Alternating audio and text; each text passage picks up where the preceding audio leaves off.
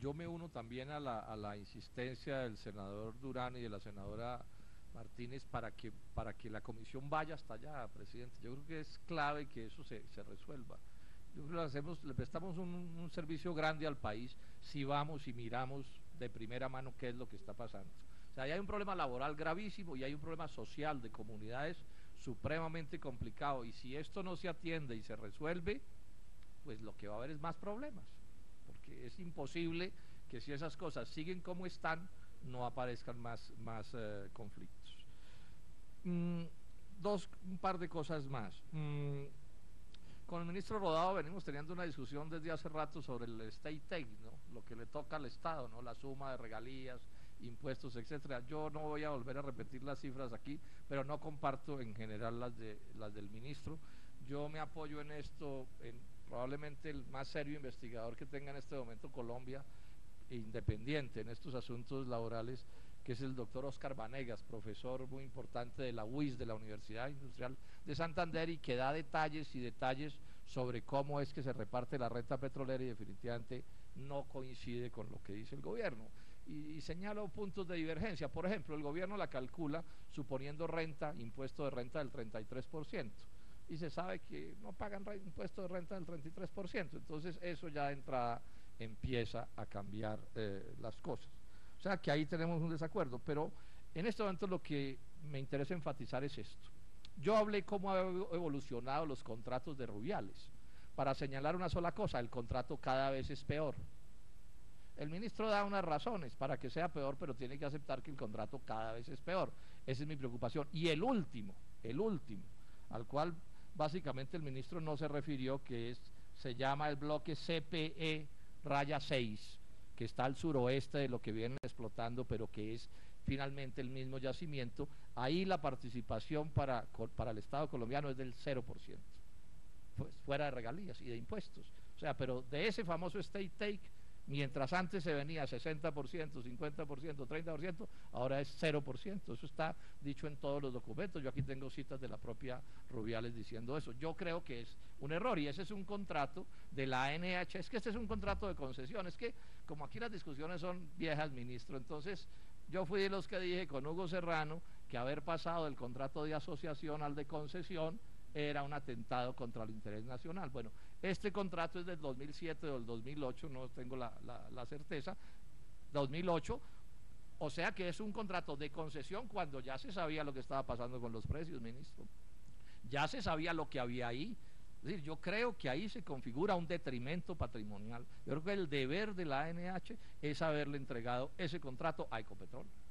Obvio. Imagínense, un petróleo reconocido, sabido, ahí está, de papaya, como se dice, ¿cierto? Un contrato que es el de concesión, que es leonino contra el Estado colombiano, pero que puede no serlo tanto si se hace con Ecopetrol, y pum, van y lo hacen con Pacific Rubiales. A mí eso me lo tienen que explicar algún día de alguna manera, pero el punto es que cada vez los contratos son peores. Esperemos pues que no duren demasiado gobernando, porque no sé a dónde van a ser capaces de llevar los contratos. Bueno, dos cosas más, ministro. Lo del bloqueo de los carros de Ecopetrol es cierto, de los carros de las Rubiales. Esperemos que el ministro le digan que sí es cierto lo que estoy diciendo. Sí. Senador Robledo, es que le estaba haciendo aquí una pregunta de acuerdo a su inquietud. ¿Cuándo se vencen estos contratos que estamos hablando de Rubiales? Entonces, aprovechando que estaba aquí la Agencia Nacional de Hidrocarburos, quería también aprovechar que nos digan cuándo se vencen los contratos. Tiene la palabra, siga. Sí, entonces estaba diciendo, ministro. Tiene la palabra el senador. Ministro, esto es importante. Lo del bloqueo con los carros de Rubiales y las piedras y una cama baja también atravesaron, por ahí está la foto, ¿sí? Eso es cierto. Y es cierto que los soldados estaban mirando ahí como si estuvieran viendo pasar un desfile. Ahora, no son los soldaditos, claro, es quién es el jefe que tolera una cosa de esas.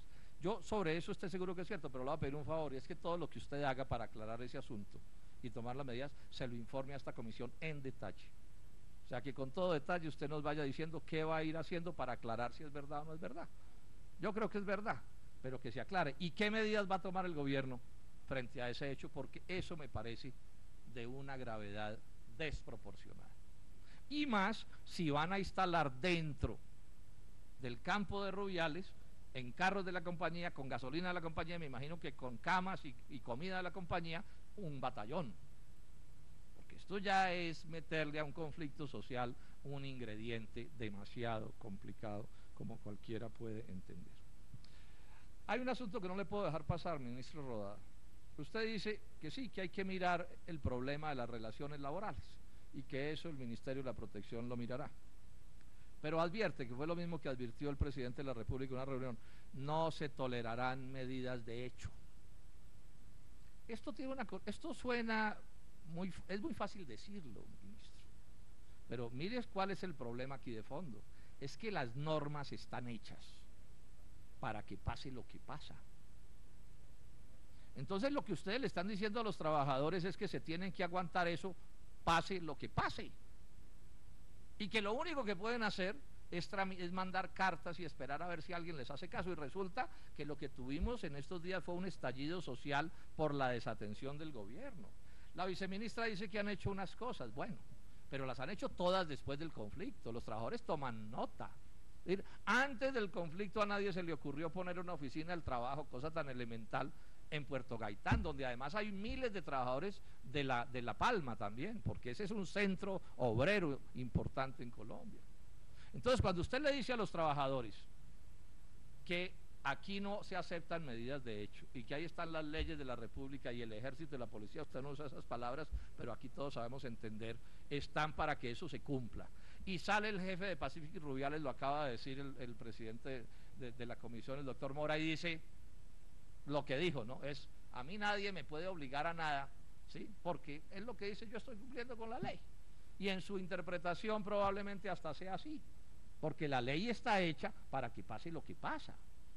Entonces yo le llamo la atención, ministro, a eso, porque aquí lo que se está buscando son soluciones. Ustedes no hacen ni un solo planteamiento de modificar las leyes de la República.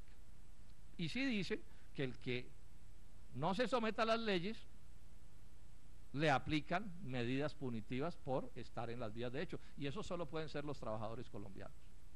Esta es una reflexión que la dejo a la Comisión Quinta, senadora Marisa Martínez. O sea, eso es lo que están diciendo hoy aquí. Esto me parece absolutamente equivocado y absolutamente inaceptable, ministro. No intenten sostener lo que tienen ahí sin darle soluciones de fondo y pretender que no pase nada. Y meter un batallón ahí me parece el colmo de la desproporción. Yo espero que en Canadá y en Estados Unidos conozcan esto que está pasando. Porque ayer también lo mencionamos, todos en el Quimbo, donde hay otro conflicto social en torno a una hidroeléctrica, usted lo sabe, también le metieron un batallón. Y yo pregunto, ¿y cuánto vale el batallón? ¿Y quién paga el batallón? ¿Sí alcanza las regalías para pagar el batallón?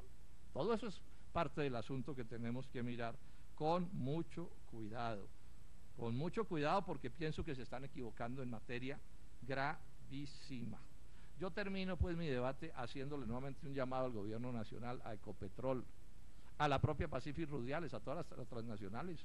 O sea, no estamos en la colonia, pero aun cuando lo estuviéramos, esos tratamientos son absolutamente inaceptables. Y lo que está allí es inaceptable. Es inaceptable la ley, ministro, ojo, son inaceptables las normas que permiten eso, y son inaceptables, por supuesto, las violaciones a las normas. Y un gobierno que nunca aparece, ¿cierto?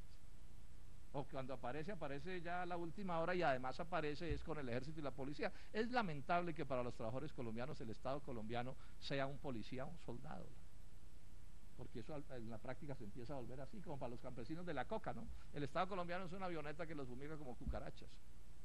Eso no puede ser así. Pienso que está bien mal. Y por último, se me pasaba, ministro. Saludo que usted reconozca que si hay evasión en las cuentas de las transnacionales. Eso es bien importante en este debate. Que el gobierno nacional reconozca que hay evasión. ¿Sí? Y eso es importante. Ahora, ¿qué vamos a hacer con la evasión? Bueno, nosotros aquí en esta comisión llevamos años diciendo que eso es inaceptable. La Contraloría lo dice de una manera más amable, lo que dice es aquí nadie vigila esta cosa. O sea, les creemos por fe.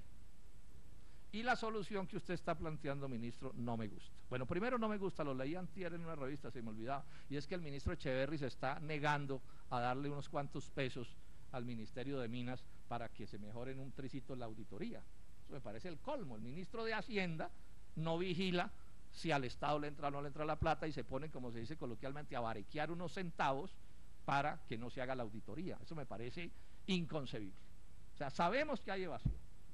Se le piden unos pesos al ministro de Hacienda para que haya algo de auditoría, y el ministro dice que no. En otro país se cae el ministro. ¿O qué? Hay evasión de 10 pesos para controlar la evasión y el ministro no la da, la plata. Pero además la solución que están proponiendo, ministro, yo creo que tampoco es aceptable. ¿Cómo así que eso se va a subcontratar? Y estoy seguro que al final es una transnacional. Entonces poner a los ratones a cuidar el queso. Gobiernos dignos y timoratos, decía Pombo, donde haya queso no mandéis gatos. Gobiernos dignos y timoratos. Y son más bien del lado de los timoratos, ¿sí? Entonces esto no tiene sentido. Si algo ha demostrado toda esa genialidad transnacional en el mundo de la auditoría, es que trabajan en llave con los que están vigilando. Ahí están los datos de las firmas calificadoras de riesgo, ahí está el escándalo de Andersen, socia de Enron en la defraudación del patrimonio norteamericano.